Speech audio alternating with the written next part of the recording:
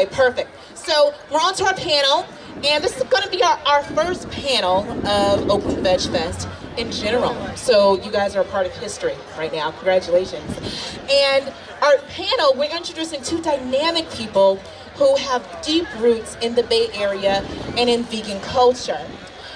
I believe in feeding your soul, and so all my energy goes into what I do. Those are words spoken by Tamearra Dyson. You guys may know her as the founder of Souley Vegan. She's the chef and founder of Souley Vegan. How many people know Souley Vegan? Right? Absolutely. I see that hand up there. All right, I see stomping feet. I mean, it is that good. It is that good. Stomp feet, clap hands, everything above.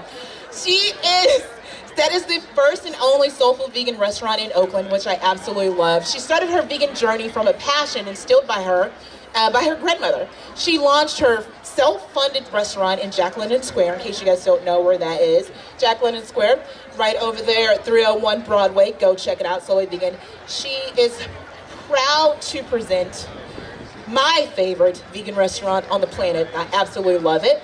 And she is going to be in chat with JR Pugao. Did I get that right?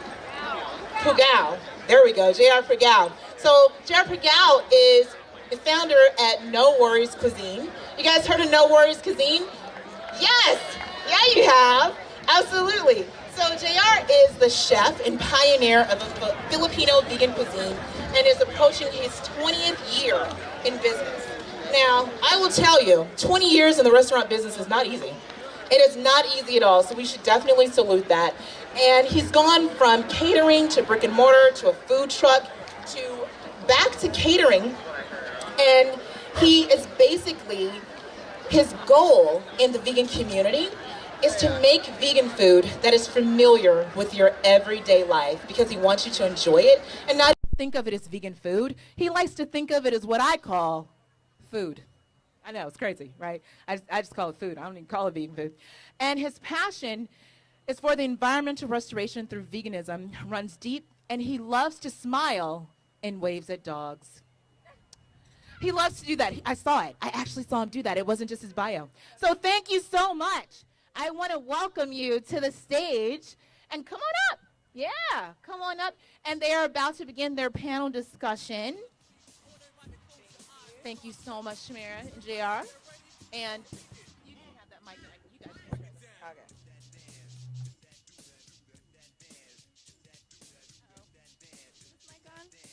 Okay. Hello.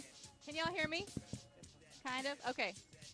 All right. I didn't get an intro. My name is Elli Nagai-Rothe. I don't have a bio, but I was here emceeing VegFest the last couple years, so it's fun to be back and be here helping to moderate our panel. I am super excited, y'all. We've got two local vegan legends right here in the house. And as Liberty was saying, we all know Souley Vegan and No Worries. Can I hear some fans out there? Souley Vegan, No Worries? Yes. Okay, so we've got some support out there. So we're not going to be doing much of a structured panel, as we talked about. We're going to have more of an organic conversation. I've got a couple questions, but we'll just flow. We'll just talk. Yeah, let's do it. And these two have known each other for a long time, so I think we'll have a good conversation. We really just want to have an opportunity to hear your stories. And hopefully we'll get the audience involved. If you'll have questions and want to be part of the conversation, we'll bring you in toward the end. Sound good? Yeah. Sound good to y'all? All right. Okay, so you two have been part of the vegan food scene for a long time, over a decade, 20 years. And how long has it been for you? 2006. 2006, so a long time. So why don't we just start for everybody to hear. Tell us about your journey with veganism. How did you decide to become vegan? And specifically, how and why did you decide to open your vegan businesses? So whoever wants to go first. So I became vegan when I was about 17, along with a couple of friends of mine. But my mother primarily raised us on a vegetarian diet, but we were not vegetarian and certainly not vegan.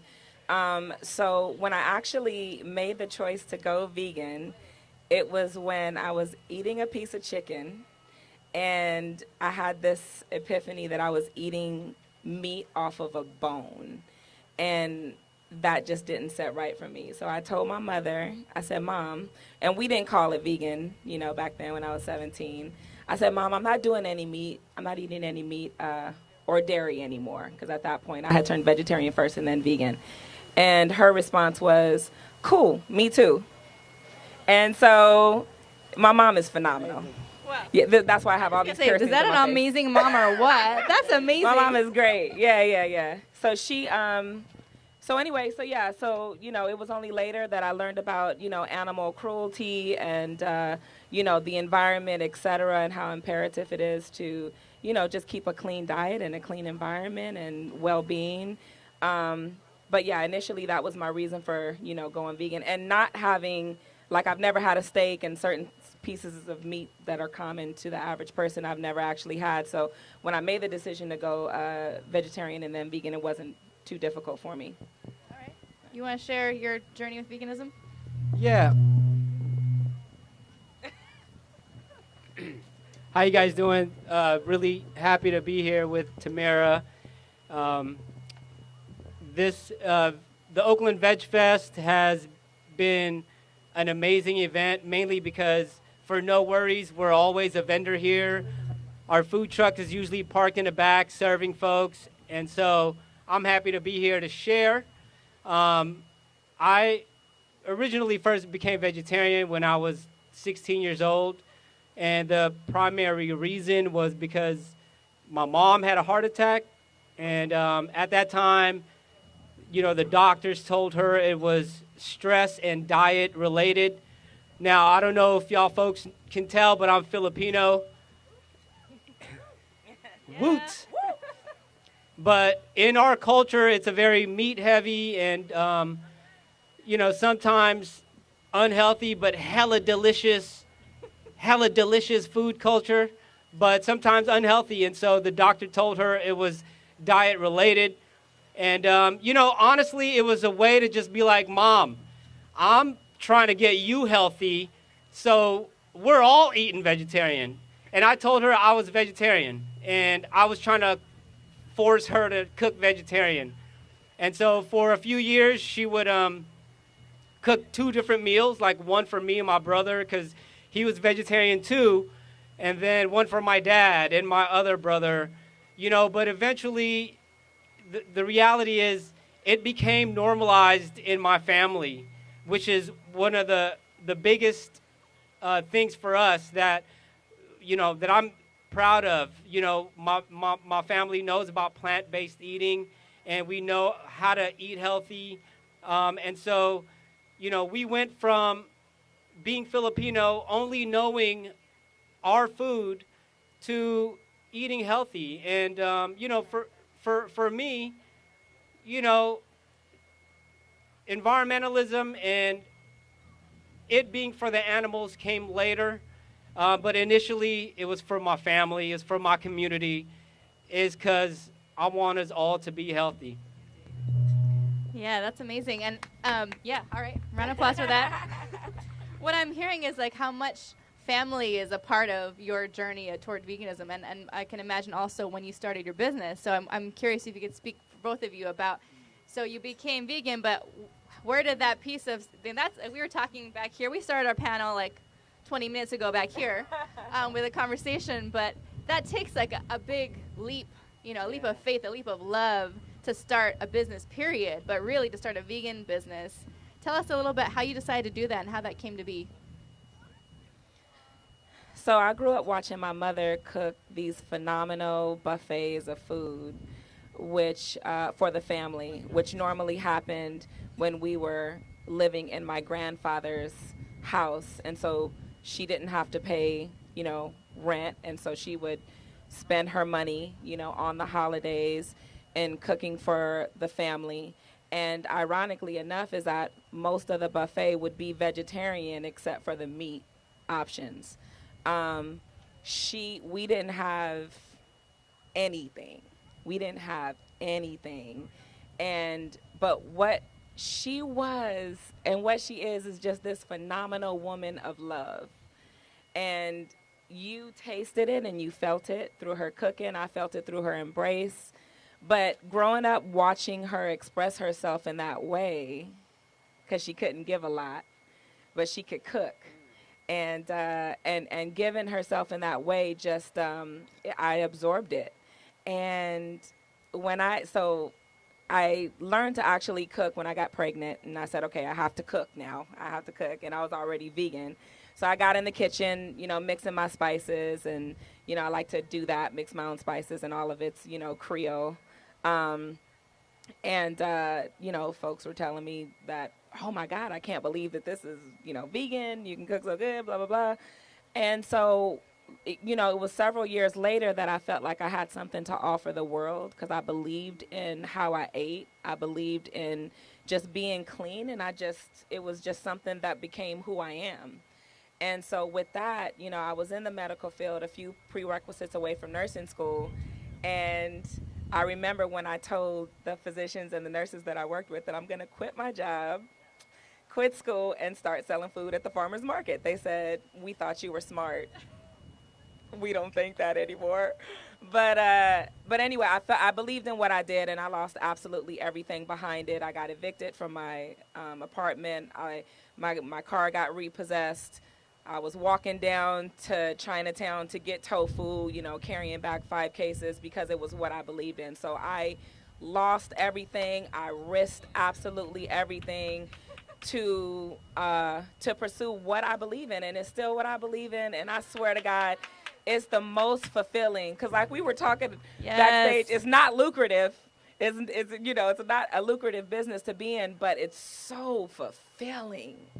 And to this one woman came into the restaurant, and she was in tears, and she said she was worried about her husband because he never ate vegetables. Now he sends her to the restaurant, to get greens, and it just broke me. And I just watching people enjoy and seeing them learn about, and their minds opening, that they don't have to put, meat ingredients in their greens or, to make it taste good, and then seeing them really, their minds expand to where they want to start exploring with different spices and herbs, etc., for their families. I mean, oh my God, there's nothing like that feeling in the world. And so that's why I started Souley Vegan. So. Yes, let's give her a round of applause for that. Yeah, we'll talk more about that, but just like the love, right? Like the calling almost. So go ahead, JR. Yes. Okay, so I guess the very first time I felt like I needed to share this with the world was kind of similar to what Tamearra was saying about how when she first decided she was going to be vegan, I remember I was eating some KFC. For real? Also KFC? I just didn't want to say that. I was eating some KFC, and I was like digging into the breast. And then I peeled back the meat, and it was bloody. Yeah. And I was like, oh, Mom, I can't do this no more. And then so when I told her I couldn't do it anymore, she started cooking vegetarian food for me. But I didn't know it was vegetarian.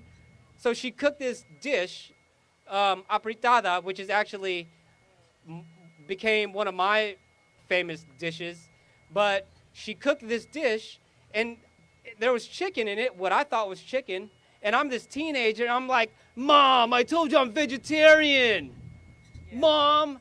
And she's like, no, anak, this is veggie chicken, right? She goes into the trash, and she pulls out this packet, and it's like the mock meat, from like Chinatown. Yeah. And I'm like, oh, damn, what is this? Your mom introduced you to that? My mom introduced me to this. And I'm like, the texture is just like chicken breast. At the time, I was like bugging out. That's when I knew I had to share it. So honestly, that's when I was like, I'm about to cater. I was in high school. Like, I'm about to cater. I'm going to show up at parties with trays of food like the weird dude bringing vegan food. But you know what? It actually, and there's a lot of resilience that comes with this. A vegan business equates resilience, because when I started doing that, it was out of love. It was like, man, let me share something with y'all, because this shit is healthy and this shit is delicious, right? It was just out of love. But it was so new. It was so brand new to people. It was 20 years ago. It was in 99. And people were like ridiculing me, you know, laughing and being like, you're hella weak. Like, you're not even a, you know, like man stereotypes of how you're supposed to be. Like, beef. Hell nah. So anyway, it's like I grew up around that. But there's resilience in this because I had to tell people like, hell nah, dude, you're tripping. You're tripping. Yeah. And Yes. and so that, like, honestly, that's what drives me is to show people, you know. And I've always called No Worries Food transitional food because I make it for people who eat meat. I make it for people who want to transition into healthy eating, you know, because vegan businesses, especially back then, you had to learn to adapt to. I mean, if it was going to be your livelihood, you had to learn to adapt. And so I went from catering to doing farmers markets. You know, I would show up at the Fremont Farmers Market with a tent at like 6 a.m. And then Filipino OGs would try to bargain my food. They'd be like, oh, $5, $3. And I'm like, man, it's healthy, it's for you, but damn, can I pay rent? And so it became this hard line to walk as a business where it's your livelihood. You got people trying to devalue it. And then it's your passion. So it kept me up at night, you know, like as all passions do. So, I mean, I love it. I still do. I love it. It's 20 years. I mean, I'm only catering now, but damn, I love it. Yes, round of applause for that. Yeah, I really love what you're saying about resilience because it seems like absolutely, there's this passion, there's this love that drives you to this, like it's a calling, and it takes resilience to do it for all of these years. And I think about these two as really, you know, back when in 1998, right, that was a very different vegan landscape than it is today. And so taking that risk to do that, you talked a little bit about this. Does it turn off? Turn off while you're not speaking. There we go. We'll work it out. Okay, so what I want to, we'll work it out. Well, you talked a little bit about this, and we talked a little about that behind the stage here, but challenges, right? Talk a little bit about, like, as you get this going, what were some of the challenges that you were facing? So people really understand, like, this is not an easy thing to open up a business and how you get going and how you get started. What were some of the challenges you faced? Capital.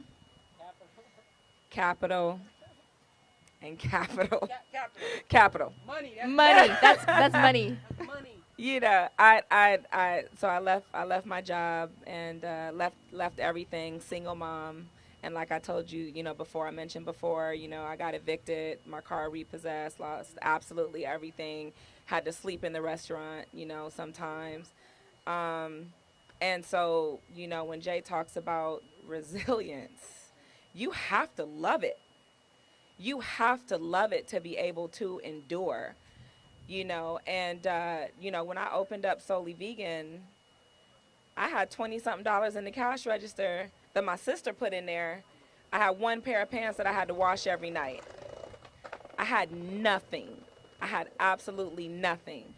And we opened up in July of 2009. Hard, you know, first year. Oh my God, just not having to worry about rent, PG&E, you know, payroll.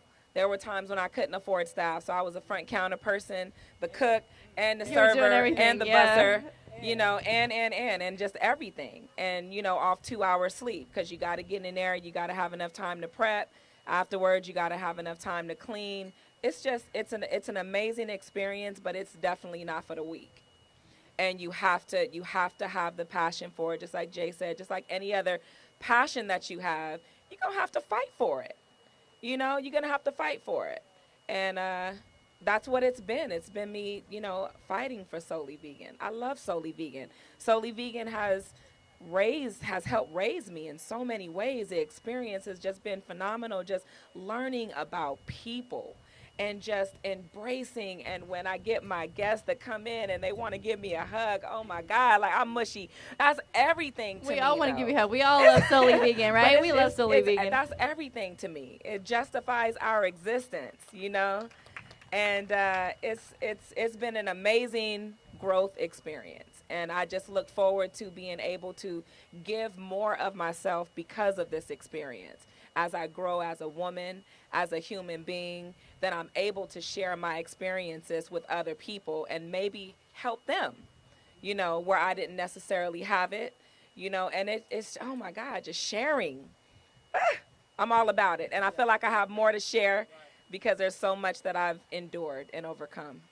Yeah, thank you. Wow, round of applause. I mean, talk about challenges. Wow. We'll talk about successes in a minute, but let's talk about challenges. Challenges, I guess. I just told you guys a story back there. Yeah, go ahead, share that with everybody. Okay, so I had a food truck, right? No worries, the black food truck. I loved it. I just sold it. I'm only doing catering now, but the food truck I loved. But before that truck, I had another truck that I had bought, and then I had taken to the mechanic to get a tune-up, because I was like, oh snap, I got a food truck that I, did the fundraiser for. Oh snap, I'm about to serve my people. Cool. And then I was driving it home from the mechanic, and the engine caught on fire. Yeah. Did you hear that? Everyone was like, oh. Yeah, that's why I said yeah. Because that really happened. I pulled over. I lifted the engine panel to see why it was smoking. And then a burst of fire came at my face. And then so I had to run out. I didn't have any fire extinguishers, so I literally watched it burn. So when I say resilience, I'm talking about resilience. Because, challenges like that, setbacks like that, what you going to do? And like I said earlier, too, it's really important to honor the pain that comes with it. So, yeah, I went home and I cried for 4, 5, 6, 7 days. And I just, you raise money, everything you did to get to that point, and it falls and it burns. That I would say that's very challenging, and so. Yeah, that's an understatement, yeah. Yeah, things like that happen, and you bounce back. I do want to speak on another challenge that I often faced, but kind of leads into, I feel, the true success of what No Worries was about. But I mentioned earlier with family ridicule or fellow Filipinos just being like, oh, you're not Filipino. What's this? Why is this Filipino food vegan? This ain't Filipino. You're not Filipino. And I faced a lot of that growing up or doing No Worries. And it was a lot of for real, it shit hurt me. It was so hard to deal with because rejection, man, not only is this my artistry, this is my gift to you. I want to give it to you because I know the importance of it for our planet and for our family. So I want to give it to you. And then for people to ridicule it, it was painful.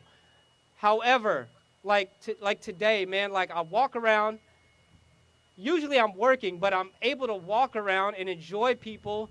And Nick's Kitchen is killing it. You know what I'm saying? And I'm not even trying to toot my horn or pat my back, but the reality is Tamearra, Antonio from Flacco's in Berkeley, Golden Lotus, on 13th in Franklin.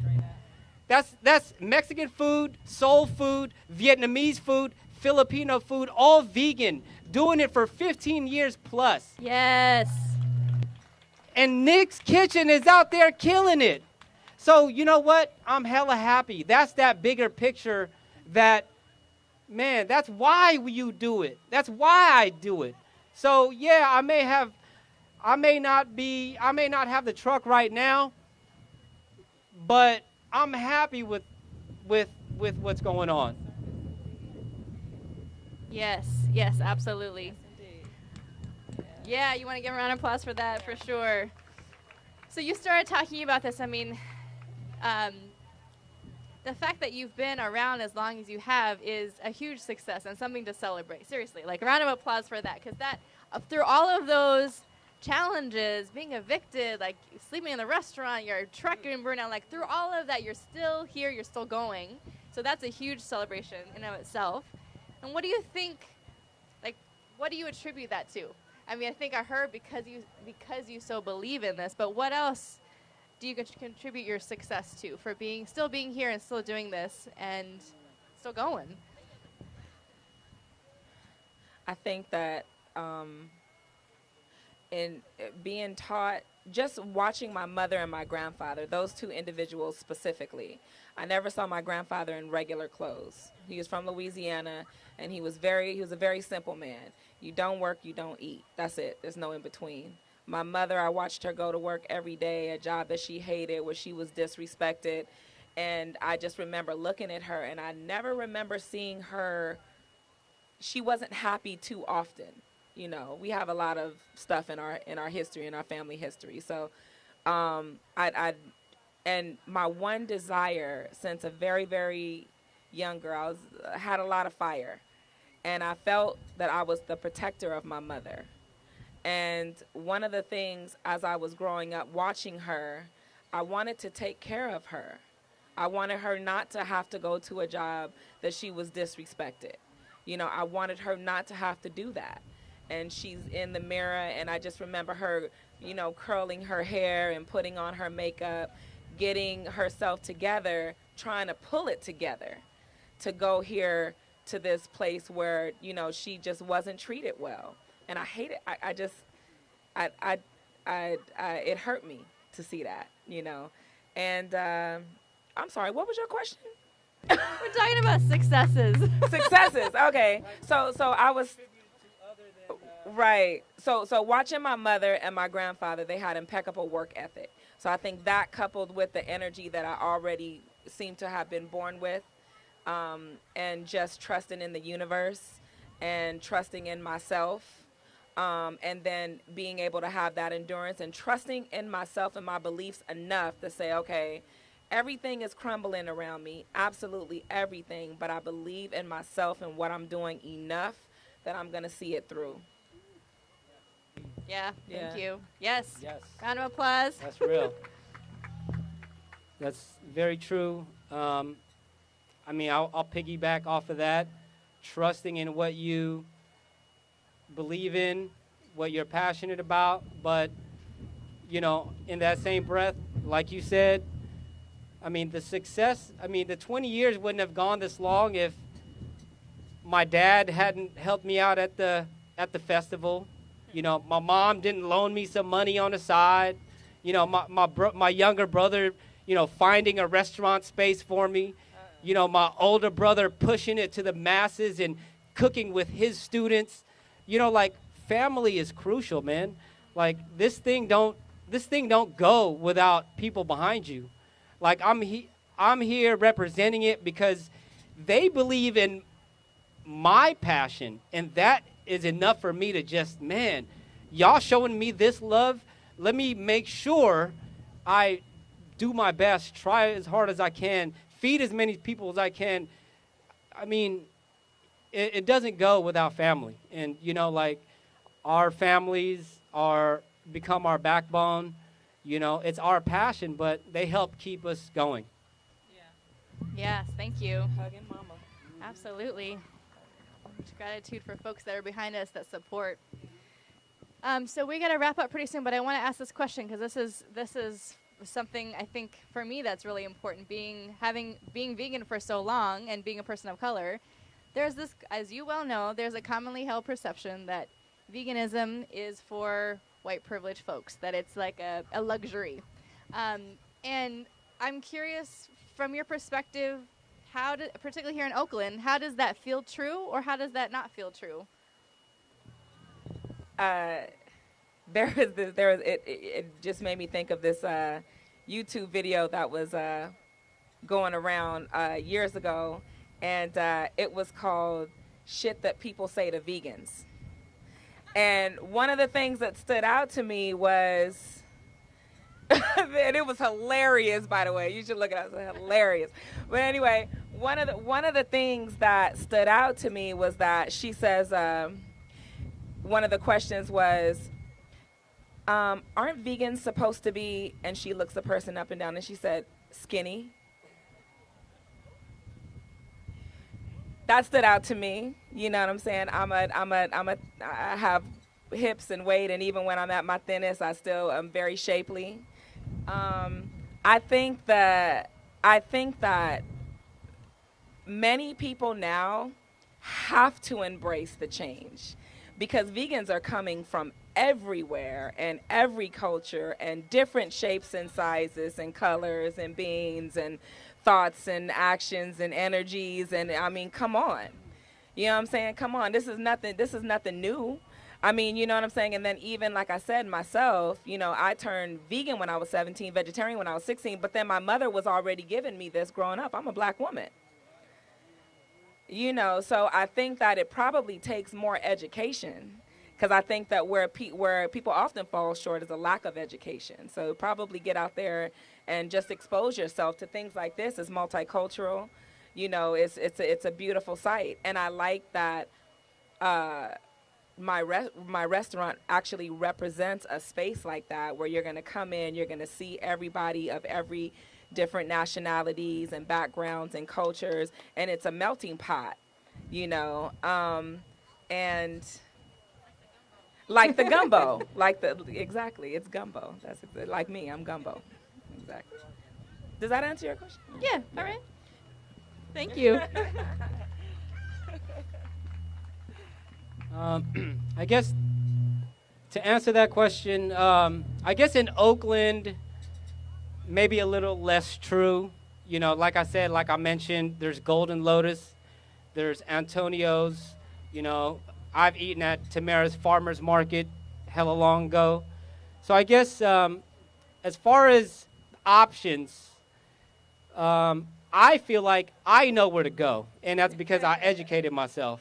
You know, I learned about it at a young age, and so I educated myself where I could eat, how I could eat food where I feel like I wasn't like eating plant or eating like cabbage all the time or something. Like I needed substance, you know, substance. Yeah.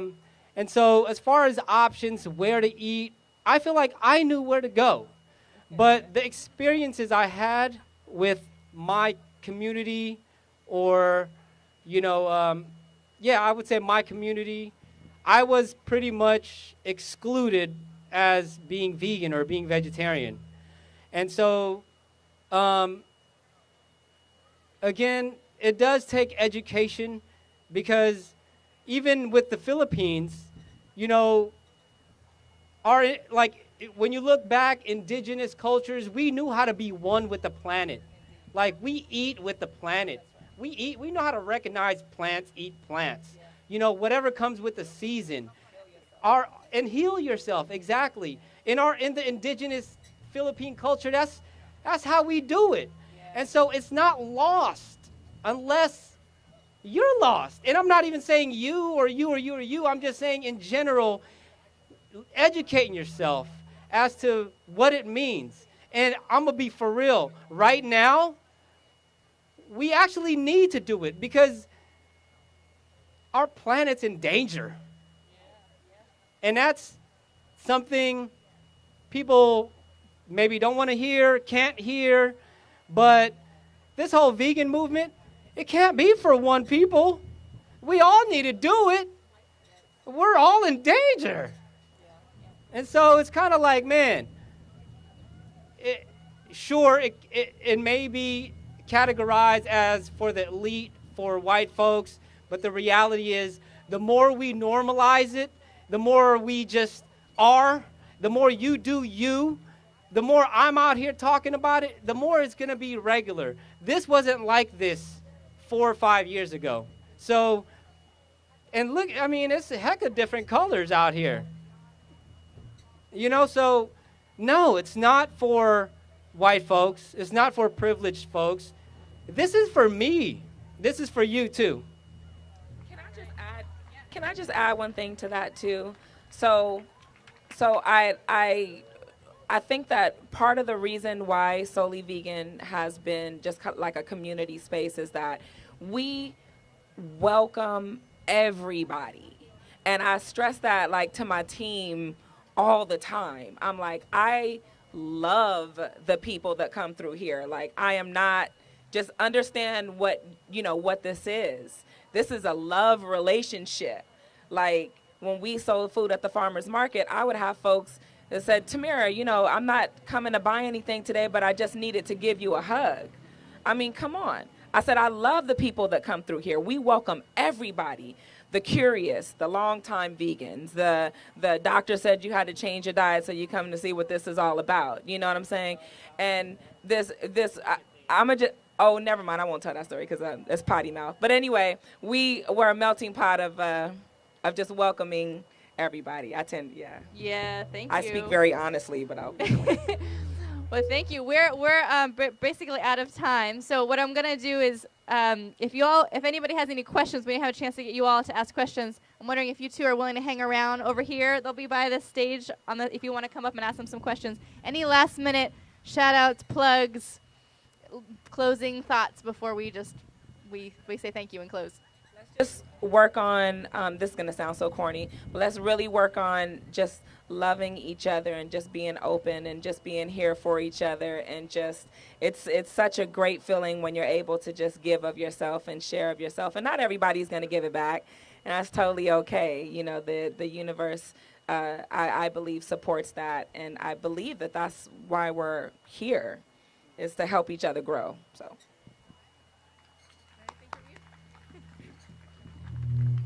I guess the last thing I want to say is just, I think if you're here, you're probably interested, you know, you're more apt to eating vegetarian, or, you know, you're somewhat interested. I would just say, go share it now. Go share it with other folks, with other family. Bring them food from Souley Vegan, whatever. I mean, bring them vegetarian food, vegan food, so that way we can like keep spreading. This would be dope if it was, you know, the more we grow, the better this is. So thank you. All right. Well, let's give them both a huge round of applause. Thank you so much, Tamearra and JR. Thank you for everything that you're doing for our communities, for the world, for the planet. If you all want to come up and give them a hug, feel free to come up here and ask them a question or give them a hug. All right. Thank you both.